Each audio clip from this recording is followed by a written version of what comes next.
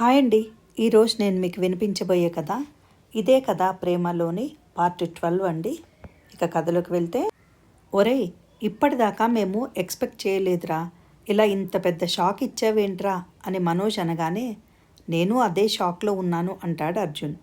ఈలోపు సిద్ధు, మీ డిస్కషన్ తర్వాత ముందు రిసెప్షన్కి వస్తున్నారా లేదా, తప్పకుండా రావాలి అంటాడు. అరే ముందు నాకు సమాధానం చెప్పు, నువ్వు అర్జున్కి చెప్పావు కదా విషయము, మరి నాకెందుకు చెప్పలేదు అంటాడు మనోజ్. నేను అర్జున్కి కూడా చెప్పాలనుకోలేదు, కాకపోతే అనుకోకుండా తెలిసింది వాడికి అంటాడు సిద్ధు. సరే ఏదో ఒకటి, అసలు వాడికి ఎలా తెలిసిందో ఇప్పుడు చెప్పు అని అనగానే, ఇప్పుడు కాదు, రిసెప్షన్ అయ్యాక తీరిగ్గా చెప్తాను మీకు. సరే నేను మరి రిసెప్షన్కి వచ్చినప్పుడు నువ్వు అనన్యని ప్రేమించావు అని చెప్తానులే అంటాడు అర్జున్. ఒరేయ్ చంపుతా, నువ్వు కనుక తనకి చెప్పావంటే అని సిద్ధు అనగానే, నువ్వేం టెన్షన్ పడకు, వాడు జోక్ చేస్తున్నాడు అంతే, ఏం చెప్పడు అంటాడు మనోజ్.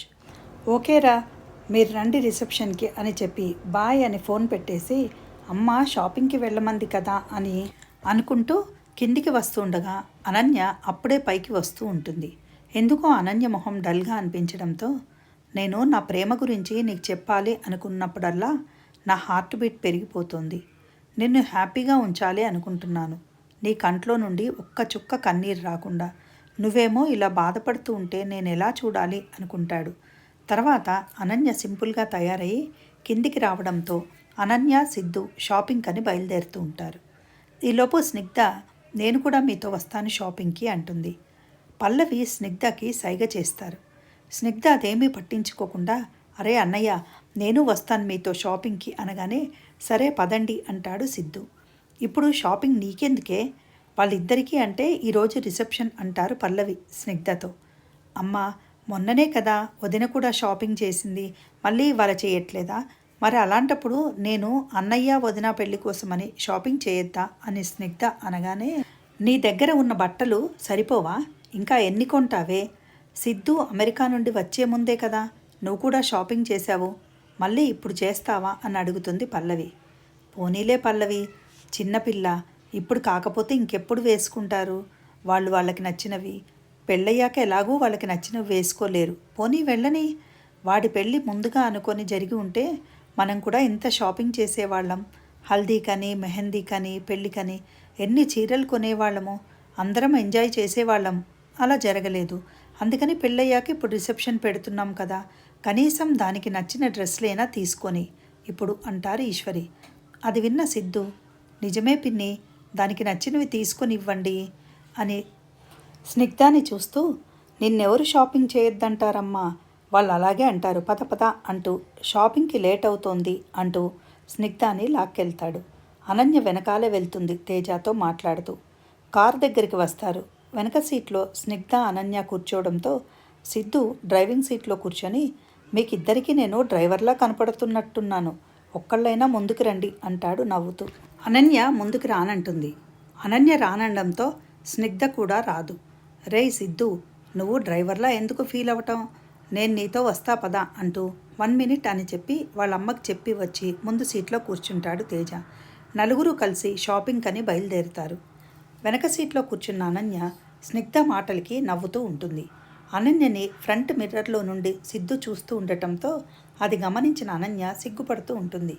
సిద్ధు హ్యాపీగా ఫీల్ అవుతూ ఉంటాడు అనన్య అలా హ్యాపీగా నవ్వుతూ ఉండటంతో. కారు ఒక పెద్ద షాపింగ్ మాల్ ముందు ఆపుతాడు. ముందు శారీస్ సెలెక్షన్ కోసం శారీస్ అని ఉన్న సెక్షన్ దగ్గరికి వెళ్తారు. సేల్స్ బాయ్ వచ్చి వినయంగా, చెప్పండి మేడం, మీకేం కావాలి అంటాడు. స్నిగ్ధ ఆలోచిస్తున్నట్టు ఫేస్ పెట్టి, మాకు కేజీ జీడిపప్పు కావాలి అంటుంది. అది విన్న సేల్స్ బాయ్ అయోమయంగా ఫేస్ పెట్టి, నేను విన్నది కరెక్టేనా అనుకుంటూ, మేడం అంటాడు. ఏం కావాలి అన్నావు కదా, అందుకని 1 కేజీ జీడిపప్పు కావాలి అన్నాను అంటుంది. అనన్యకి నవ్వు వస్తూ ఉంటుంది. వస్తున్న నవ్వు ఆపుకుంటూ స్నిగ్ధ వైపు చూస్తూ ఉంటుంది.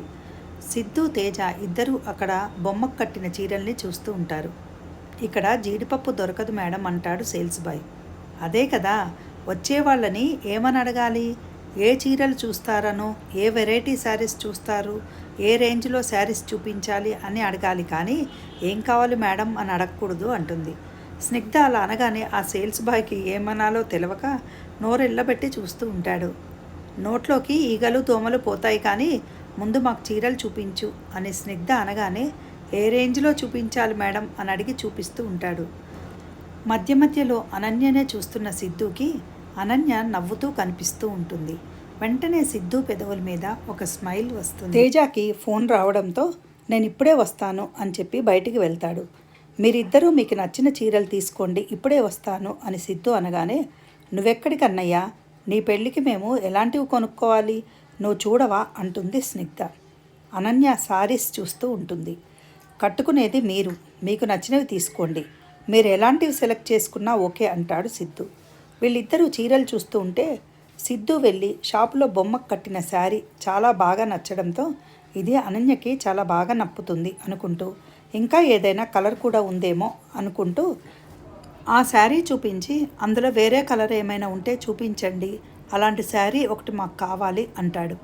సార్ అది చాలా కాస్ట్లీ, అందుకని అందులో ఓన్లీ 2 కలర్స్ మాత్రమే ఉన్నాయి, ఒకటి ఇది మరొకటి అయిపోయినట్లుంది, నేను కనుక్కొని చెప్తాను అని కనుక్కున్నాక సారీ సార్ ఆ కలర్ అయిపోయింది, ఓన్లీ ఇదే ఉంది అనగానే అది ప్యాక్ చేసి ఇవ్వండి అని కౌంటర్లో బిల్ పే చేసి ఆ శారీ కవర్ తీసుకెళ్ళి ఎవరూ చూడకుండా కారులో పెట్టేసి వస్తాడు.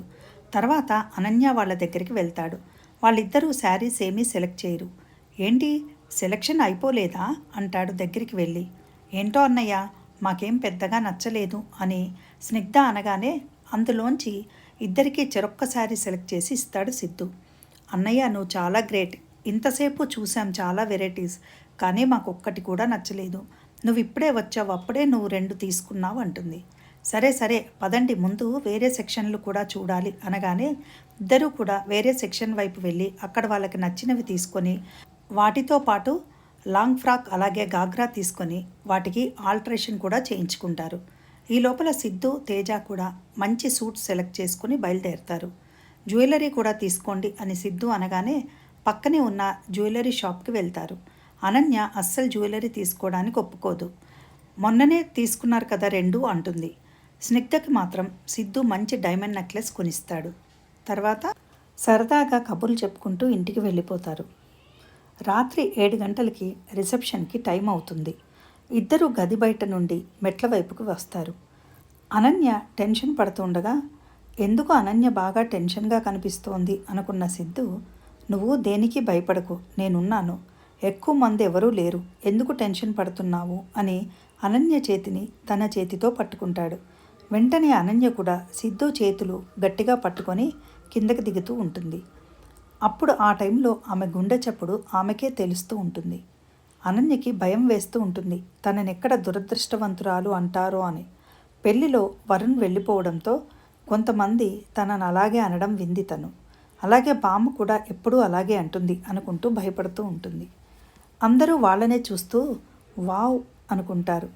తర్వాత వాళ్ళిద్దరూ కూడా స్టేజ్ దగ్గరికి వెళ్ళి నిల్చోగానే మహీధర్ గారు, ప్లీజ్ లేడీస్ అండ్ జెంటిల్మెన్, మా అబ్బాయికి అనుకోకుండా పెళ్లి జరిగింది. ఆ పెళ్ళికి అందరినీ పిలుద్దామంటే టైం లేకపోవడంతో రిసెప్షన్ ఏర్పాటు చేయడం జరిగింది. మా అబ్బాయి సిద్ధార్థ, ఈ అమ్మాయి నా కోడలు పేరు అనన్య అని అనౌన్స్ చేశాక దయచేసి అందరూ కూడా ఈ కొత్త జంటను ఆశీర్వదించి మీరందరూ డిన్నర్ చేసి వెళ్ళవలసిందిగా కోరుకుంటున్నాను అని ఆయన అనడంతో వచ్చిన వాళ్ళందరూ కూడా కొత్త జంటను ఆశీర్వదించి శుభాకాంక్షలు చెప్తారు. తర్వాత మనోజ్, అర్జున్ ఇద్దరూ కూడా వచ్చి కంగ్రాట్స్ అని చెప్పడంతో ఎవరు అన్నట్టుగా సిద్ధు వైపు చూస్తుంది. వీళ్ళిద్దరూ నా బెస్ట్ ఫ్రెండ్స్ అంటాడు సిద్ధు. హాయ్ సిస్టర్, నా పేరు మనోజ్ అని మనోజ్ చెప్పగానే అనన్య 2 చేతులు జోడించి నమస్తే అంటుంది. అర్జున్ మనోజ్ని పక్కకి నెట్టేసి నా పేరు అర్జున్, నేను సిద్ధు బెస్ట్ ఫ్రెండ్ని అంటాడు. వెంటనే అనన్య అర్జున్కి కూడా నమస్తే అని చెప్తుంది. వెంటనే అర్జున్, చెల్లెమ్మ నేను నీకు సిద్ధు గురించి ఒకటి చెప్పాలి అంటాడు. వెంటనే సిద్ధు, అరే ఇప్పుడు కాదు, ముందు డిన్నర్ చేయండి, తర్వాత మాట్లాడొచ్చు అని అర్జున్తో చెప్పి మనోజ్కి సైగ చేసి అక్కడి నుండి తీసుకెళ్ళమని చెప్తాడు. వెంటనే మనోజ్ అర్జున్ భుజం చుట్టూ చేయేసి పదరా, ఇంకా మిగతా వాళ్ళని కూడా కలవాలి, ఎవరెవరు ఫ్రెండ్స్ వచ్చారో చూద్దాము అని చెప్పి అక్కడి నుండి తీసుకెళ్ళిపోతాడు. వాళ్ళు భోజనం చేస్తూ ఉండగా స్నిగ్ధ కనపడటంతో హాయ్ ఎలా ఉన్నావు అంటారు. బ్రహ్మాండంగా ఉన్నానంటుంది. చాలా రోజులైంది చిన్ను నిన్ను చూసి అంటాడు మనోజ్. చిన్ను ఏంటి చిన్ను? అప్పుడంటే నేను చిన్నపిల్లని కాబట్టి అలా పిలిచావు. ఇప్పుడు ఇంత పెద్దయ్యాక కూడా చిన్ను అని పిలిస్తే బాగోదు, అలా పిలవద్దు, నాకు నచ్చలేదు అని బొంగమూతి పెడుతుంది స్నిగ్ధ. ఇప్పుడు నిన్ను చూస్తే ఎవరైనా చిన్నపిల్లవి అంటారు. కావాలంటే నీ దగ్గర అద్దం ఉంటే చూసుకో, లేదంటే అలాగే ఉండు, ఫోటో తీసి చూపిస్తా అని అంటాడు మనోజ్. అది చిన్నపిల్లరా, దాన్ని ఎందుకలా ఉడికిస్తావు? పాపం వదిలేయరా అంటాడు అర్జున్. నేనేం చిన్నపిల్లని కాదు, ఇప్పుడు నేను డిగ్రీ ఫైనల్ ఇయర్, మరి ఇంకోసారి చిన్ను అంటే నేను మాట్లాడను అంటుంది స్నిగ్ధ. నువ్వు సిద్ధుకి చెల్లెలైతే మాకు చెల్లెలవే, అంతే కదా చిన్ను అంటాడు మనోజ్ మరింతగా ఉడికిస్తూ స్నిగ్ధని. స్నిగ్ధ వాళ్ళు అలా అనగానే రుసరుసలాడుతూ తను వేసుకున్న డ్రెస్ని రెండు చేతులతో రెండు వైపులా పట్టుకొని వెనక్కి చూస్తూ ముందుకు నడుస్తున్నదల్లా చూసుకోకుండా ఎదురుగా వస్తున్న అతనికి డాష్ ఇవ్వడంతో పడిపోబోతుంది. వెంటనే అతను ఆమె పడిపోకుండా పట్టుకుంటాడు. ముందు వెనక చూసుకోవా, నువ్వు నాకు డాష్ ఇస్తావేంటి అంటుంది అతన్ని చూడకుండానే. నువ్వు నాకు డాష్ ఇచ్చి నన్నంటావేంటి అంటాడు ఆ వ్యక్తి స్నిగ్ధతో. అప్పుడే అతన్ని చూసిన స్నిగ్ధ, ఏంటి బాబు ఇక్కడికి కూడా తయారయ్యావా నువ్వు? ఎప్పుడూ నన్ను పడేయడమేనా నీ పని అంటుంది. నేను నిన్ను పడేశానా? నువ్వు పడకుండా ఆపాను. నీకు వేరే ఏం పని లేదా? ఎప్పుడు నేను నీకు హెల్ప్ చేసినా నువ్వు నన్ను ఏదో ఒకటి అంటూ ఉంటావు. నీకు మెంటల్ అనే పేరే కరెక్ట్ అంటాడు.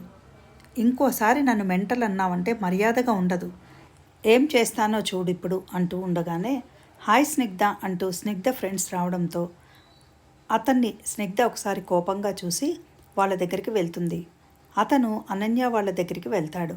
అనన్య వాళ్ళ దగ్గరికి వెళ్ళి సిద్ధుని అనన్యని చూసి వాళ్ళతో మాట్లాడుతూ ఉండగా స్నిగ్ధ వాళ్ళ ఫ్రెండ్స్ని అనన్యకి సిద్ధుకి పరిచయం చేసి వాళ్ళందరినీ తీసుకుని స్టేజ్ దిగి వెళ్తూ ఉంటే స్నిగ్ధ ఒకసారి ఇలా రా అని అనన్య పిలవడంతో నీకు మా అన్నయ్యని పరిచయం చేస్తానుండు అంటూ చైతన్య అని పిలిచి చైతు షీఈస్ స్నిగ్ధ అంటుంది. అక్కడ స్నిగ్ధని చూడగానే బుజ్జి ఒకసారి ఇలా రా అని అనన్యని సిద్ధుకి కొద్దిగా పక్కకి తీసుకువెళ్తాడు చైతన్య. ఏంటన్నయ్య అంటుంది అనన్య. బుజ్జి ఈ అమ్మాయి అంటూ మధ్యలో ఆపేస్తాడు. తను నీకు తెలుసా? మా ఆడపడుచు, సిద్ధుకి సిస్టర్ తను అంటుంది. అవునా అంటాడు ఏం మాట్లాడాలో తెలియక. ఏమైంది, తను నీకు ముందే తెలుసా? మీ ఇద్దరికీ ఇదివరకే పరిచయం ఉందా అంటుంది అనన్య. తనకి హెల్ప్ చేయకపోతే నన్నే మెంటల్ అంది ఆ మహాతల్లి అంటాడు. వెంటనే వీళ్ళిద్దరి దగ్గరికి వస్తుంది స్నిగ్ధ. ఏంటి వదిన, నిన్ను పక్కకి తీసుకెళ్ళి మరి ఈ మహానుభావుడు ఏం చెప్తున్నాడు అంటుంది. ఏదో చెప్తాను నీకెందుకు అంటాడు చైతు. ఏదో చెప్తే నేనెందుకు అడుగుతాను, నా గురించే చెప్పావు కాబట్టి అన్నాను అంటుంది స్నిగ్ధ. ఇంకా మాట్లాడుకోవటానికి నీ టాపిక్ తప్ప ఏముండవా మాకు? నువ్వు ఐశ్వర్యరాయ్ లేదంటే ఒక విక్టోరియా రా అని అనుకుంటున్నావా? నీ గురించే మాట్లాడడానికి, మా పర్సనల్ ఏదో మాట్లాడుతున్నాను అంటాడు చైతు. పర్సనల్ తర్వాత మాట్లాడుకోవచ్చు, రిసెప్షన్లో మాట్లాడతారా ఎవరైనా అని స్నిగ్ధ అనగానే మీరిద్దరూ అలా వాదించుకోకండి చైతు, అందరూ ఉన్నారు, మన్నే చూస్తూ ఉంటారు అంది అనన్య.